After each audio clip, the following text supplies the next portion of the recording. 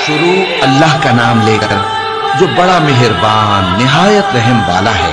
ऐ चादर में लिपटने वाले, उठो, अब खबरदार करने लगो और अपने परवरदिगार की बड़ाई बयान करो और अपने कपड़े पाक रखो और शिर्क की गंदगी से तो अलग ही रहो और इस नीयत से एहसान न करो कि उससे ज्यादा के ख्वाहा हो और अपने परवरदिगार की खातिर सब्र करते रहो। फिर जब सूर फूंका जाएगा तो वो दिन मुश्किल का दिन होगा, यानी काफिरों पर आसान न होगा। मुझे उस शख्स से समझ लेने दो जिसको मैंने अकेला पैदा किया और मैंने उसको बहुत सा माल दिया और हर वक्त हाजिर रहने वाले बेटे दिए और उसको हर तरह के सामान में वुसअत दी, फिर भी लालच रखता है कि मैं उसे और ज्यादा दूं।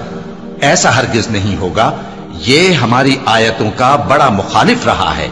मैं इसे एक बड़ी चढ़ाई चढ़ाऊंगा।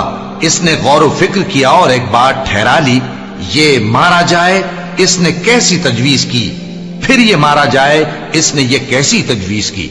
फिर इसने निगाह की, फिर त्योरी चढ़ाई और मुंह बिगाड़ा, फिर पीठ फेर कर चला और तकब्बुर किया।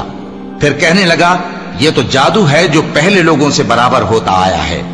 फिर बोला ये अल्लाह का कलाम नहीं बल्कि बशर का कलाम है। मैं अनकरीब इसको सकर में दाखिल करूंगा और तुम क्या समझे कि सकर क्या है? वो ऐसी आग है कि न बाकी रखेगी और न छोड़ेगी और बदन को झुलस कर सियाह कर देगी। उस पर 19 दारोगा हैं और हमने दोजख के दारोगा फरिश्ते ही बनाए हैं और उनका शुमार काफिरों की आजमाइश के लिए मुकर्रर किया है, इसलिए कि अहले किताब यकीन करें और मोमिनों का ईमान और ज्यादा हो और अहले किताब और मोमिन शक न लाएं, और इसलिए कि जिन लोगों के दिलों में निफाक का रोग है और जो काफिर हैं कहें कि इस मिसाल के बयान करने से अल्लाह का मकसूद क्या है।